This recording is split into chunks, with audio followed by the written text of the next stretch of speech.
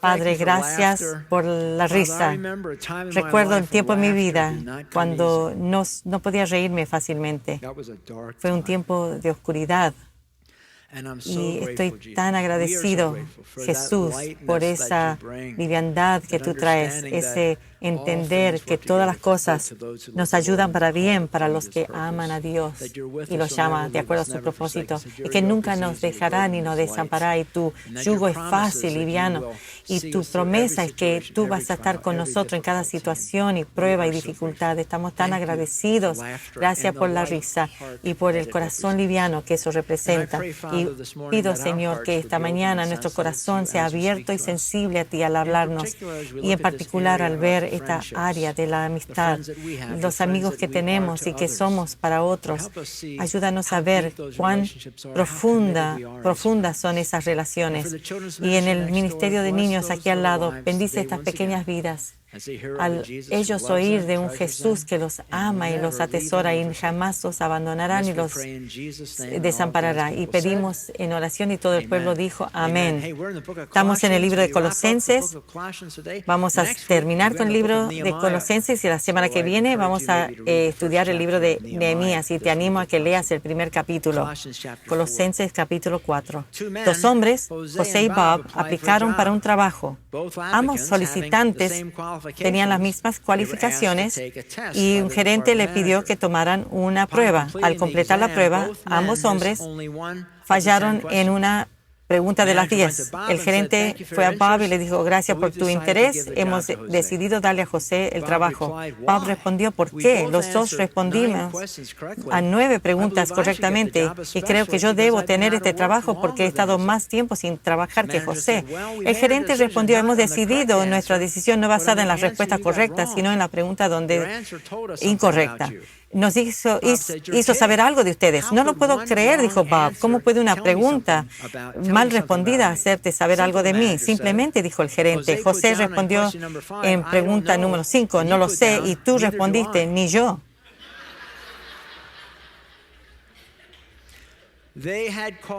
Habían hecho cuestionar la virtud de Bob correctamente.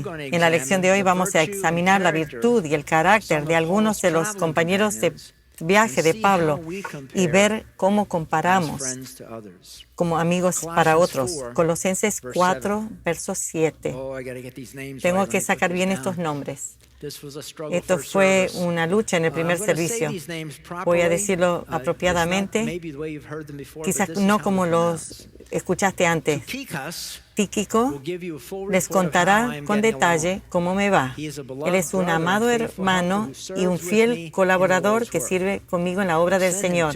Precisamente lo envié para que les cuente cómo estamos y los anime. También les envío a Onésimo, un fiel y amado hermano, quien es uno de ustedes. Él y Tíquico les contarán todo lo que sucede aquí.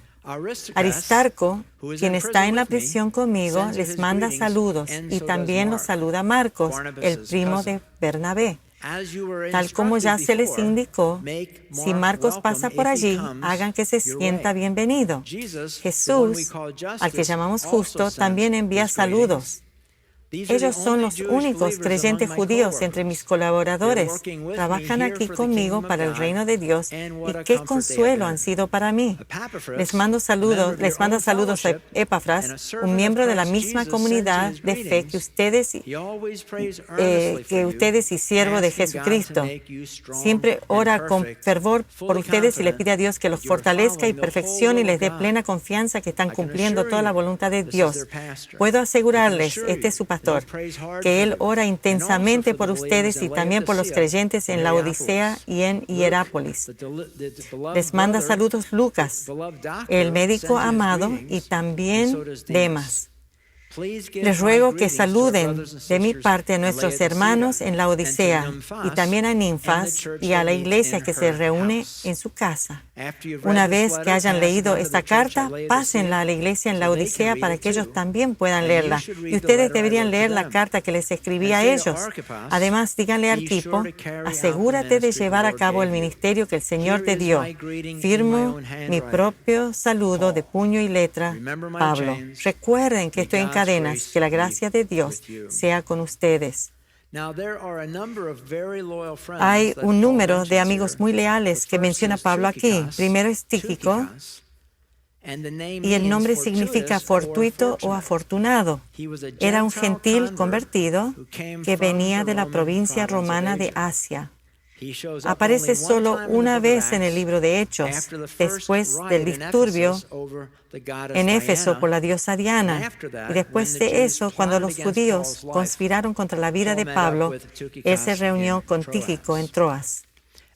Hechos 21. Cuando se acabó este alboroto en Éfeso, Pablo mandó llamar a los creyentes y los alentó. Después se despidió y viajó a Macedonia. 3 versículos después dice, varios hombres viajaban con él. Sus nombres eran Sópater, hijo de Pirro, de Berea, Aristarco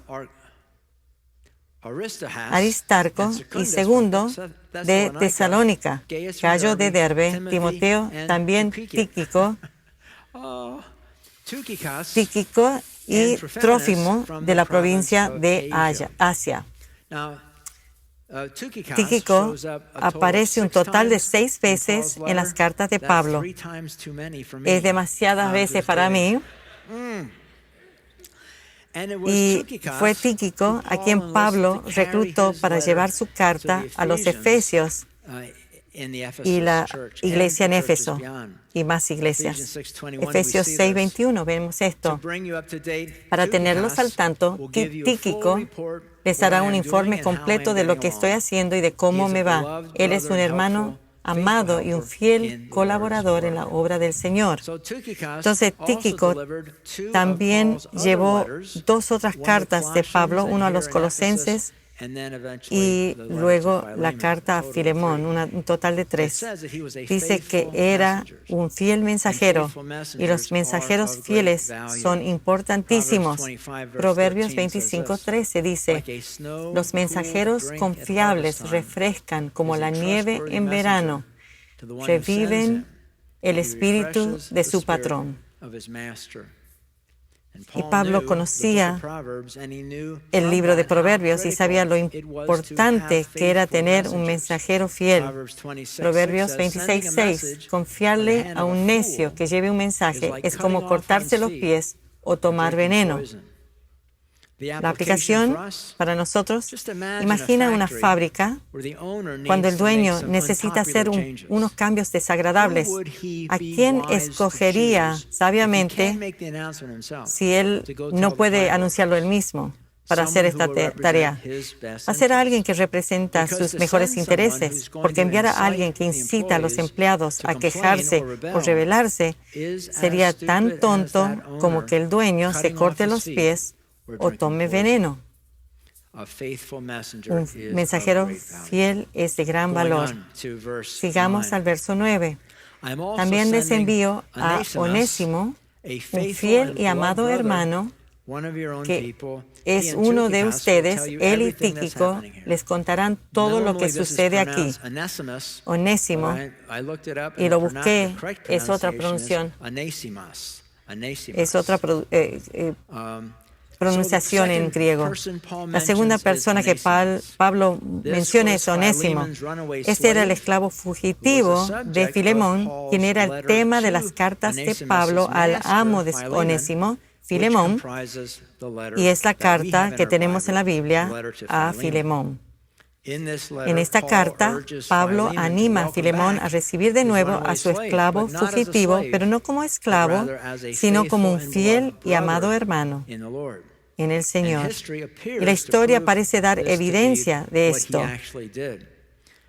porque como 50 años después que Pablo escribió esta carta, el gran mártir cristiano Ignacio escribió una carta donde detalla lo maravilloso de un obispo llamado Onésimo. Y muchos creen que este esclavo fugitivo había de hecho llegado a ser un gran obispo en Éfeso, lo cual era posible gracias a Filemón perdonarlo y dejándolo libre. Y la aplicación para nosotros es, ¿quién es que tú no estás soltando, que lo tienes atrapado, que te niegas a creer en Él, te niegas a perdonarle, te niegas a dejarlo salir de la esclavitud? Y ese podría ser usado poderosamente por Dios. Cuando pensé en esto, pensé primero en Ebenezer Scrooge, que no soltaba a Bob Cratchit, lo sostenía ahí y no le ofrecía ninguna oportunidad de entrenamiento o avance. Eso es comparado a un supervisor que contrata a alguien y lo entrena intencionalmente para desarrollarse y salir de su departamento o compañía. Me recuerda una historia real de una pequeña iglesia, y como eran tan pequeños, no podían conseguir un buen pastor. Siempre terminaban con los pastores recién salidos del seminario. Ese cuadro no es el pastor del seminario, pero está bien el cuadro, todavía debería estar ahí. Pero en vez de quejarse de ello, sintieron el llamado de preparar hombres pastores para otras iglesias. Después de haber pasado por su iglesia, querían entrenarlos y animarlos para que puedan llegar a ser mejores pastores para una iglesia más grande. Ese es el corazón aquí. Y siguiente es Aristarco. Él fue también uno de los compañeros de Pablo durante el disturbio en Éfeso y fue tomado, de hecho, por la turba amotinada, y lo encontramos en Hechos, capítulo 19. Al oír esto, montaron en cólera y comenzaron a gritar: grande es Artemisa de los Efesios, o sea, Diana. Pronto toda la ciudad se llenó de confusión. Todos corrieron al anfiteatro arrastrando a Gayo y Aristarco, los compañeros de viaje de Pablo, que eran macedonios. Entonces, él estuvo allí cuando Pablo fue llevado a un barco romano para ser juzgado en Roma como el prisionero por Nerón. Y lo encontramos en Hechos 27. Cuando llegó el tiempo, zarpamos hacia Italia. Pablo y varios prisioneros más los pusieron bajo la custodia de un oficial romano llamado Julio, un capitán del regimiento imperial. También nos acompañó Aristarco, un macedonio de Tesalónica. Salimos en un barco matriculado en el puerto de Adramitio, situado en la costa noroccidental de la provincia de Asia. El barco tenía previsto hacer varias paradas en distintos puertos a lo largo de la costa de la provincia.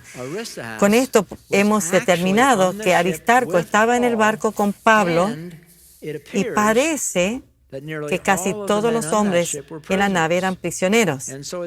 Y se ha sugerido que Aristarco en realidad estaba inscrito como esclavo de Pablo para poder hacer el viaje con él para ayudarle.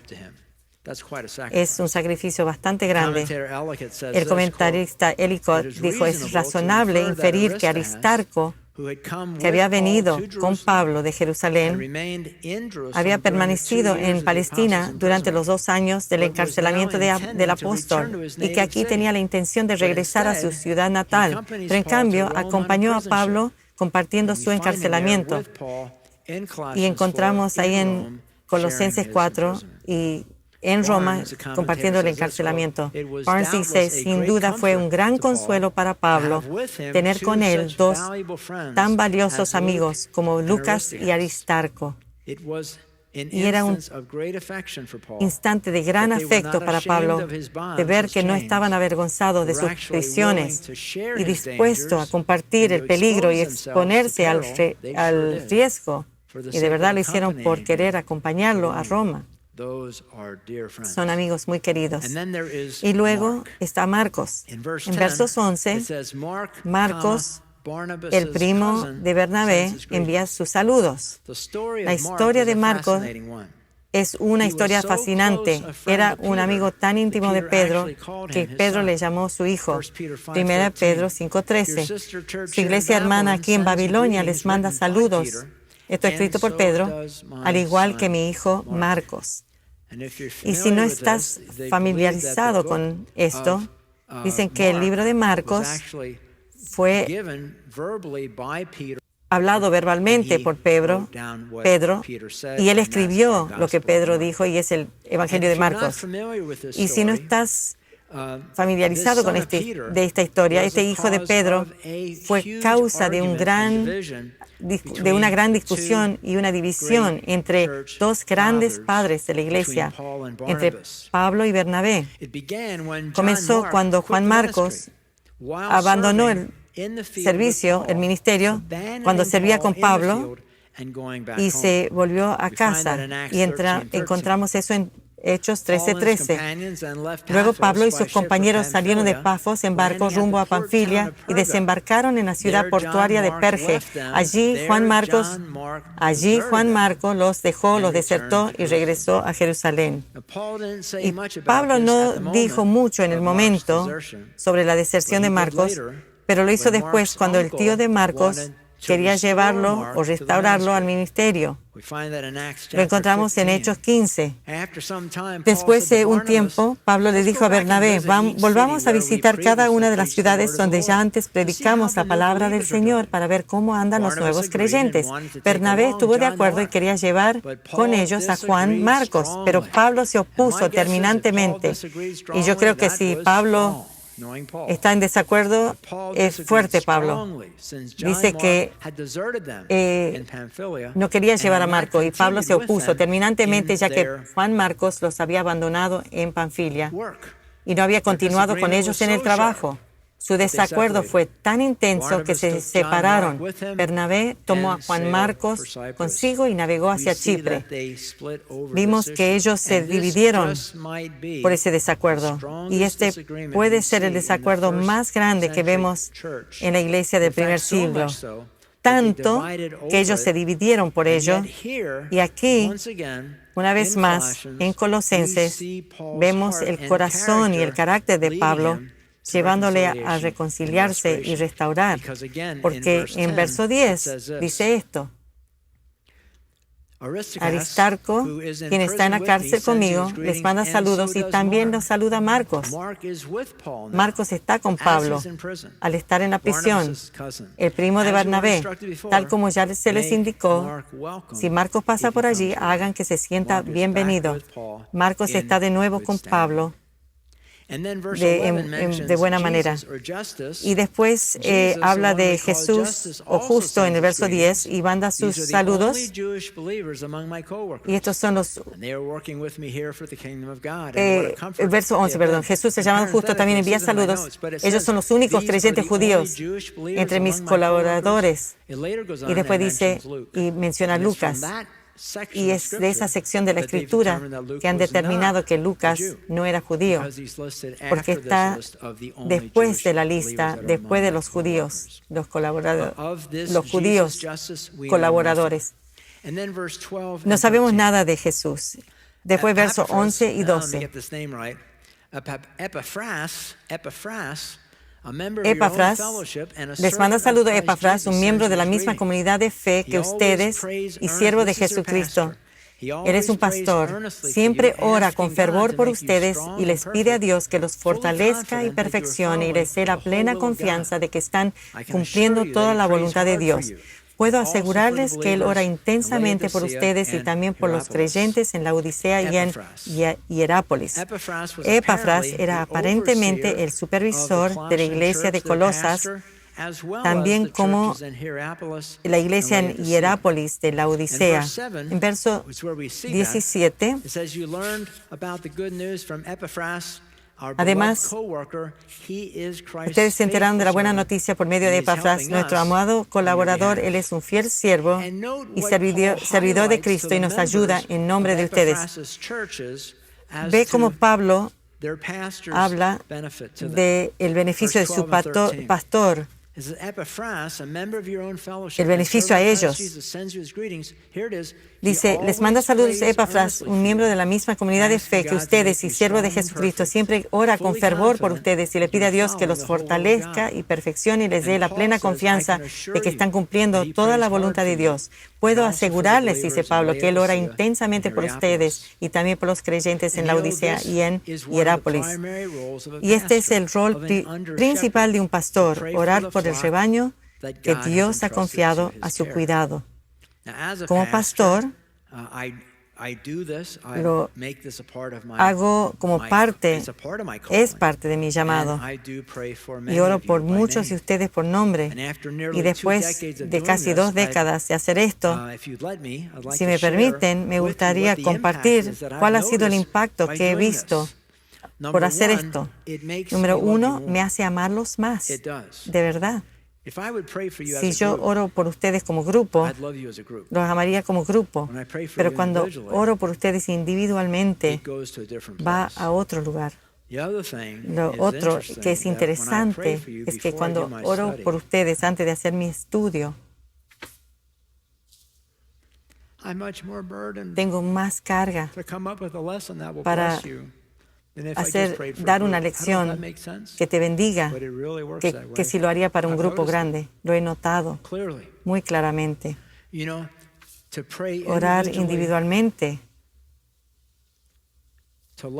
y amarles individualmente y enseñarles individualmente. Esa diferencia de un pastor que tiene 1000 ovejas y nunca entra al redil, no les habla. Ese pastor solo verá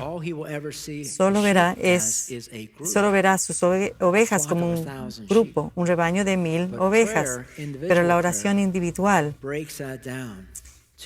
hace que eso llegue a ser más individual y personal. Número 3, Dios usa ese tiempo de oración para moverme a llamarte, textearte, orar específicamente por ti. No te puedo decir cuántas veces que he orado por esa lista, que Dios me ha movido para llamar a alguien, mandar un texto y ver a alguien. Y muchas veces es aparente ¿por qué Dios me pide que haga eso? Y muchas veces cuando no respondí a esa guía de hablar a la persona, se hacía aparente en un día o 2.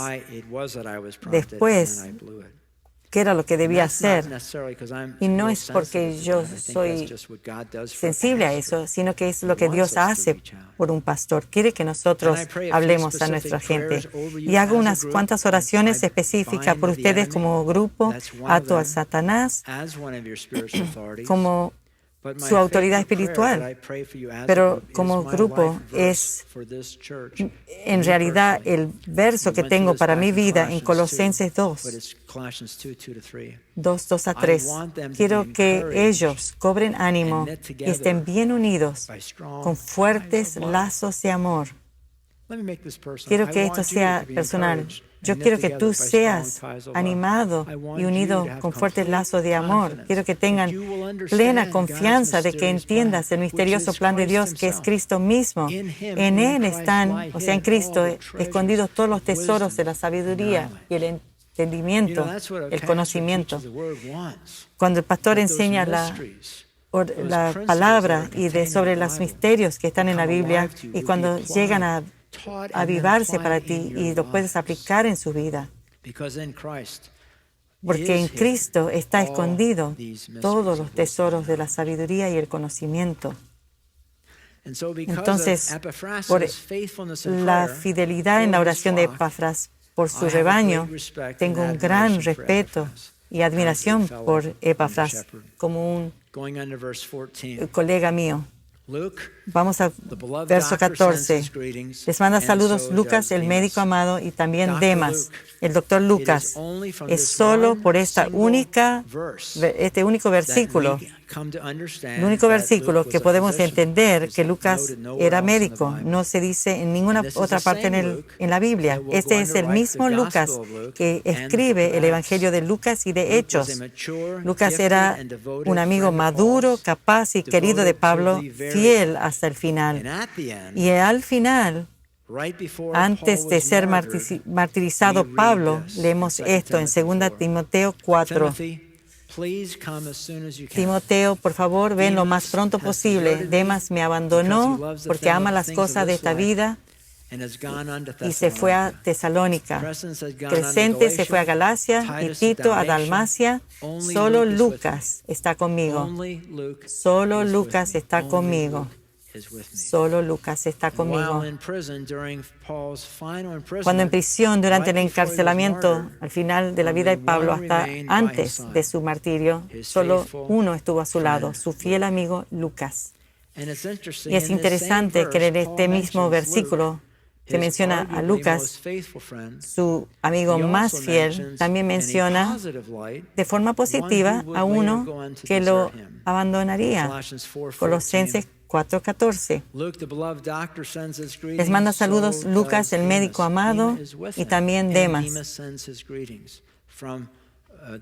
Entonces, envía saludos desde la prisión. Y en Filemón, Demas es mencionado con un grupo de hombres que se describían como colaboradores de Pablo. Aquí simplemente es mencionado como Demas. Y Demas fue mencionado finalmente en la Biblia, donde Pablo describe a Demas como uno que había abandonado a Pablo porque él amó más a este presente mundo. Segunda de Timoteo 4:10. Demas me abandonó porque ama las cosas de esta vida y se fue a Tesalónica. Es un comentario triste. Este hombre que fue fiel y sirvió con el apóstol Pablo mismo, lo abandonó y se fue a las cosas del mundo. Recuerdo un mensaje hace muchos años. Y el punto del pastor era la historia de los reyes, Primera y Segunda Reyes y Primera y Segunda Crónicas. Los reyes que empezaban bien y terminaban mal, o terminaban mal y terminaban bien. Empezaban mal y terminaban bien. Y habló de esto: determinar bien. No te vayas a la banca antes de tiempo. No te vayas a la banca antes de tiempo. Es trágico ver hombres y mujeres que son fieles en los primeros 50 años de su vida y después se vuelven de Dios, o a los 75 años. Pero es hermoso ver un hombre, una mujer de Dios que es fiel hasta el final. Se mantienen fiel a Jesús y a la palabra de Dios y de la lectura de su palabra hasta el fin. Miren, determinas que tú vas a ser una de esas personas. No vayas a la banca antes de tiempo. Guarda esto en tu cerebro. Me ha impactado por años y te puede impactar por años. Determínate y di: no voy, por la gracia de Dios, a irme a la banca temprano, o sea, a abandonar temprano. Verso 15. Les ruego que saluden de mi parte a nuestros hermanos en Laodiceas y también a Ninfas y la iglesia que se reúne en su casa. Y la iglesia que se reúne en su casa. Pablo se refiere a los griegos en Laodicea también, y específicamente menciona a una mujer, Ninfas. En griego, la palabra para ninfas es novia, esposa joven o mujer joven. El léxico dice una cristiana rica y ferviente en la Odisea. Y para apoyar esa idea de su riqueza, en capítulo 1 dijimos que la Odisea era una ciudad extremadamente rica con una población grande de judíos, estimados entre 50,000 judíos, en comparación a la población total de la ciudad Roma, que era enorme, de 1,000,000 de personas, era solo 40, 50,000 personas. Había una población grande de judíos. Entonces, Ninfas, una mujer quizás rica, porque llevaba a cabo una iglesia en su casa y probablemente porque tenía una casa grande. Y también se reunían en casas en los primeros tiempos. Esta es la casa de Pedro cuando vamos a Capernaum. Cada viaje a Capernaum es la idea de que la casa de Pedro empezó como ese círculo más pequeño y después al crecer la iglesia se agregaban muros a la casa y se agrandaba. Quería hablar de esta idea de las casas, las iglesias en casas. Si se acuerdan, en el tiempo de Nerón, hasta en el 64 después de Cristo, después de la conversación de emperador en 313, el cristianismo era ilegal y se consideraba por los césares romanos como religio prava o una religión depravada. Entonces, no fue hasta el principio del siglo IV que los cristianos tuvieron aún la opción de reunirse en un edificio público y de edificar un edificio. Algunos hoy en día hacen el caso que las iglesias en casa son el modelo que se debería seguir, diciendo que los edificios o reuniones grandes no son reflexión de la iglesia primitiva. Pero la verdad es que tan pronto como Constantino terminó con la persecución, los cristianos comenzaron a edificar templos. La Basílica de San Pedro, busqué las más antiguas, y esta es Santa Pudenciana en Roma. Creen que es del 430 después de Cristo. Cuando dicen que es el modelo preferido, no fue, era por necesidad.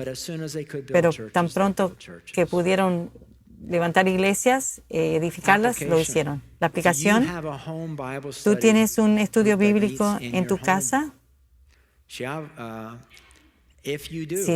lo tienes, entonces compartes con ninfas el llamado y el reconocimiento de Dios de tu iglesia en tu casa, el estudio bíblico. Siguiendo al verso 16.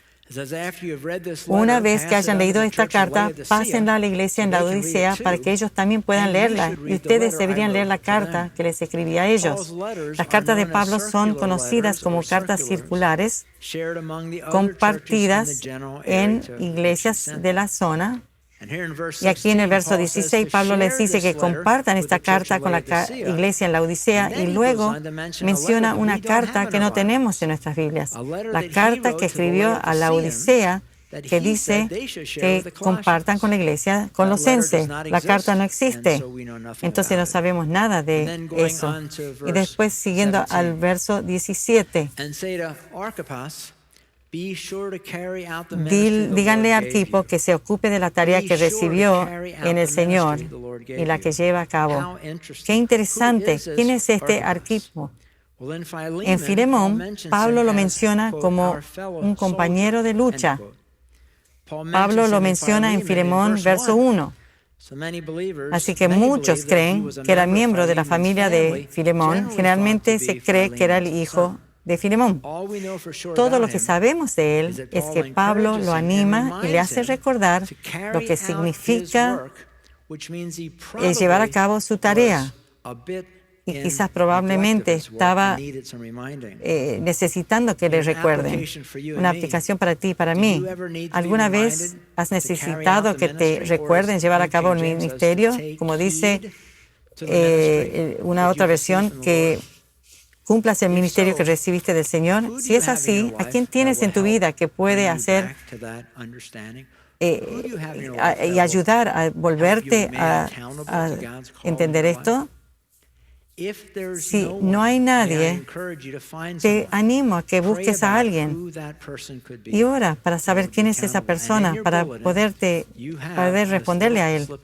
Y en tu boletín tienes esta hojita, dice: yo, en este día, y uno pone la fecha, yo, tu nombre, estando de sano juicio, por la presente solicito y doy plena libertad con la persona a acercarse y hablarme en amor si mis acciones o actitudes alguna vez reflejen que estoy en un pecado que, como un hermano o hermana cariñosa y tierna en Cristo, te preocupe. Ora por esto y le pides a la persona a quien tú puedes responderle. Pueden mantenerte responsable. Si estás tú vas a estar en tu sano juicio cuando le des este papel, pero cuando tú estés quizás apartado, no vas a estar en tu sano juicio, y por eso le das a la otra persona.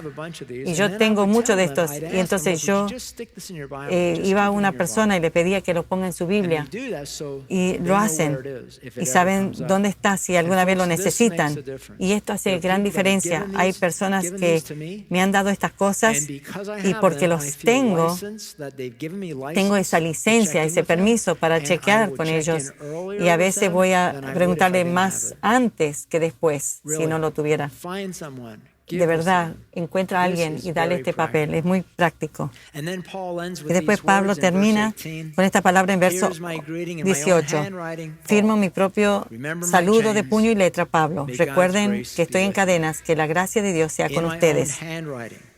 con mi propia mano. En la mayoría de las cartas de Pablo, él dictaba sus cartas a un secretario, pero era su costumbre firmar sus cartas al final. Una razón era para hacerlo más personal y segundo, era para autentificar la carta como verdaderamente de Pablo, porque había gente no escrupulosa que llevaba cartas que decían que eran de Pablo. Y después dice, acuérdense de mis cadenas. Y Alford, el comentarista, dice, cuando leemos sobre las cadenas de Pablo, no debemos olvidar que ellas rozaban el papel donde escribía. Su mano estaba encadenada al soldado que lo cuidaba. Y las referencias de Pablo a sus sufrimientos no son pedidos de compasión, son una prueba de su autoridad, la garantía de su derecho a hablar. Es como si dijera, esta no es una carta de alguien que no sabe qué significa servir a Cristo, o alguien que pide a otros hacer lo que no está preparado a hacer él mismo. Es una carta de uno que ha sufrido en carne propia y se ha sacrificado para Cristo. Mi único derecho para hablar es que yo también he cargado la cruz. La semana que viene, el libro de Nehemías, vamos a ver cosas muy, muy divertidas. Entonces, ¿cómo se aplica la lección de hoy a mí? La tarea es orar y encontrar a alguien que llene ese papel, ese número uno. Y el punto para cerrar es, ¿qué tipo de amigo eres tú? ¿Qué tipo de amigo eres tú? Se me pidió que sea un consejero en un campamento de jóvenes. Todos deberían serlo alguna vez. Y ahí es donde siempre ellos buscan burlarse de las personas. Y en este campamento particular había un niño que tenía parálisis cerebral, se llamaba Billy, y se mofaban de él. Al cruzar el campamento con su cuerpo no coordinado y esos movimientos grotescos. Y una vez él pidió dirección lentamente. ¿Cómo llego a la tienda de arte? Y su boca toda contorsionada. Y entonces los otros niños lo imitaron respondiéndole, está allí, Billy. Y se reían de él. Yo estaba enojado, pero mi enojo llegó a lo sumo, era cuando era el tiempo que es su cabaña el devocional esa mañana y habían solicitado a Billy para ser el que se suba al podio y sabía que era porque querían burlarse de él. Y al arrastrarse hasta el podio, se escuchaba a todos los chicos riéndose. Y le tomó 5 minutos. Y él dijo lentamente, Jesús me ama. Y yo amo a Jesús. Cuando terminó, había un silencio total. Miré por mi hombro y vi a los niños, adolescentes, llorando. Hubo un avivamiento en el campamento después de su testimonio corto. Y al viajar por todo el mundo encuentro misioneros y predicadores que dicen, ¿te recuerdas de mí? Yo me convertí en ese campamento de jóvenes. Nosotros los consejeros habíamos probado de todo para que estos chicos se fijen en Jesús. Aún trajimos jugadores de béisbol que habían sido exitosos cuando empezaron a orar, pero Dios escogió no usarlos a ellos. Escogió un niño que tenía parálisis cerebral para romper el corazón endurecido de los niños. Era el tiempo de Dios. ¿Tú eres un amigo de los Billys de este mundo? Tú puedes ver el potencial en los Billys de este mundo. ¿Quién eres amigo? ¿Y a quién debes ser amigo? ¿Cómo puedes ser mejor amigo? ¿Qué amigo nos es Cristo? Tú tienes que ser como Jesús. Cerremos en oración. ¿Qué amigo tenemos en Cristo? Padre, te damos gracias por tu grande amor por nosotros. Gracias por entregar a tu Hijo Jesús. Y Jesús, te agradecemos por amarnos tanto que fuiste a la cruz por nosotros. Es inconcebible. No hay ninguna cosa en la mente racional de un ser humano que nos pueda hacer concluir esto. Lo que fue para el hombre es asombroso. Y te pido que aprendamos de tu amor al aplicar ese amor a la vida de otros y las relaciones que tenemos a nuestro alrededor. Señor, recuérdanos el amigo que tenemos en Cristo, que seamos igual que ese amigo a otros hijos tuyos. Si estás aquí esta mañana y estás escuchando la radio y no has aceptado a Cristo como tu Señor y Salvador, ahí es donde comienza. Si tú quieres hacer eso, te invito a hacer esta oración ahora, en quietud y en silencio en tu corazón. Padre Dios, reconozco que he pecado, he cometido tantos errores y te pido que me perdones y recibo a Jesucristo como mi Salvador y Señor personal. Tu muerte en la cruz para que yo sea perdonado, para que yo tenga vida eterna. Gracias, Jesús. Y ahora, Señor, ayúdanos a todos a vivir vidas que te honren y te agraden, y que nuestras vidas impacten en forma positiva a tus otros hijos que nos rodean. Y lo pedimos en el nombre de Cristo Jesús, y todo el pueblo dijo, amén.